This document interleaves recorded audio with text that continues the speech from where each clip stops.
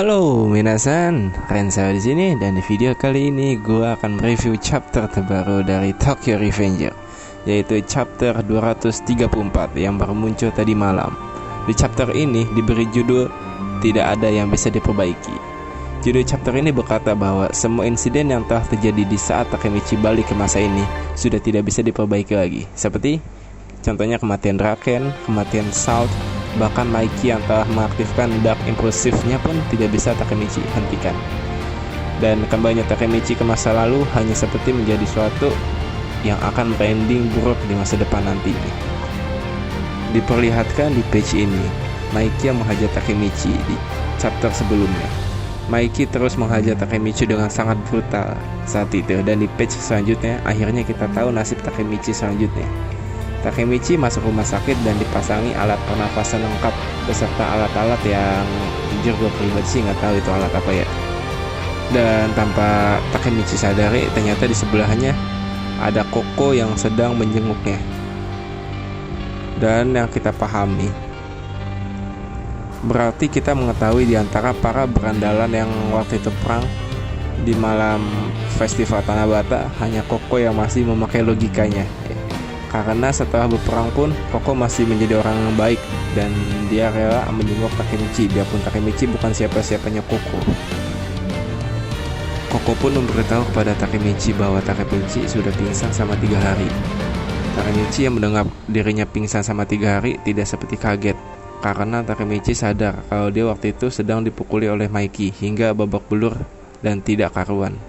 Takemichi yang masih bingung kenapa dirinya selamat setelah dipukuli oleh Mikey pun bertanya kepada Koko. Koko pun mengatakan bahwa Senju datang untuk menghentikan Mikey. Pada waktu itu Senju sendiri tidak dalam kondisi bagus untuk bertarung dan bisa saja dibunuh oleh Mikey. Dan kemudian Koko menjelaskan bahwa Senju menundukkan badannya kepada Mikey dan mengatakan akan membubarkan Brahma. Setelah bercerita lumayan panjang, Koko pun pamit ke Takemichi, dan sebelum pergi Koko mengatakan bahwa Takemichi harus memahami apa yang terjadi saat perang besar itu dilakukan.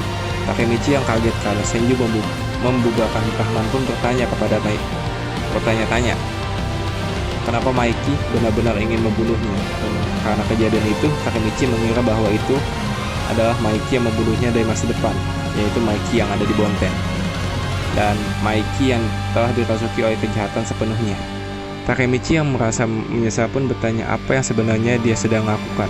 Dan tiba-tiba saja orang yang paling setia pada Takemichi, yaitu Chifuyu pun datang untuk menjenguknya.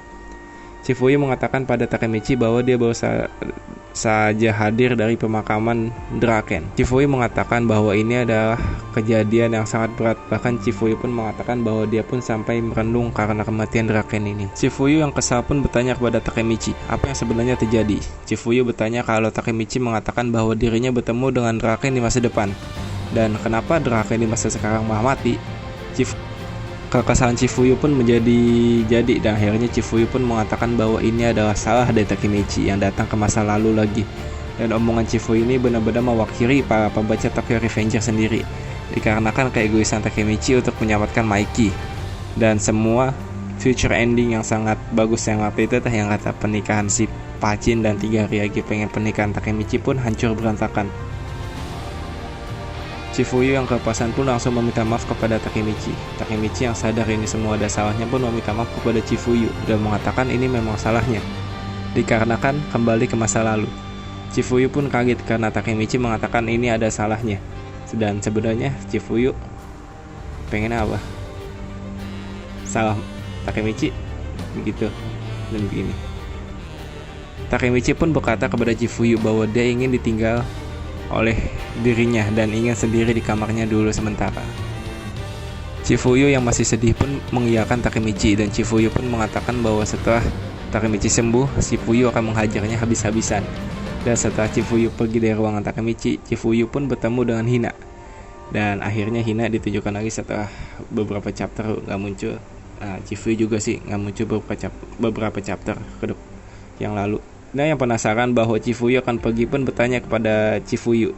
Chifuyu yang masih sedih pun mengatakan bahwa ini semua sedang baik-baik saja. Hina pun tanpa sadar melihat keadaan Takemichi dari luar jendela, dan kita akhirnya tahu keadaan Takemichi dari luar gimana. Penuh luka, penuh alat dan sebagai macamnya agar dirinya nggak mati. Dan Takemichi pun menyesali perbuatannya. Takemichi berjanji tidak akan melibatkan siapapun lagi. Dan Takemichi berjanji ini akan menjadi pertarungannya sendiri. Dan chapter ini pun ditutup dengan kalimat keputusan yang tragis, tetapi tatapannya membuktikan tekad yang kuat. Dengan ditunjukkannya Takemichi yang sedang memandang langit rumah sakit dengan sangat serius, dan menandakan bahwa Takemichi serius dengan perkataannya dan tidak akan melibatkan semua orang lagi, termasuk orang-orang terdekatnya seperti Senju, Hina, bahkan Chifuyu sendiri pun gak akan dia libatkan. Dan itulah review atau alur cerita yang ada di chapter 234 kali ini. Oke minasan, jujur aja ini ada chapter yang membuat gue sedikit emosi, kesel, dan campur aduk. Intinya seru. Dan rating buat chapter ini menurut gue adalah 8.5. Gak tahu kenapa, kayak mentok aja di 8.5 gitu. Dan sekian dari gue Rensel, pamit dulu, out, bye.